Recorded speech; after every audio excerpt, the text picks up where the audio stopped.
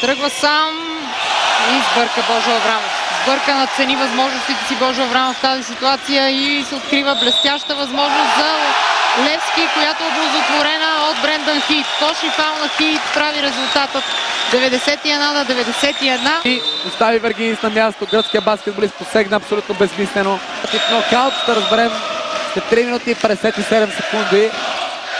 Но едно е факт. Брендан Хийт е най-добрият играч на паркета днес.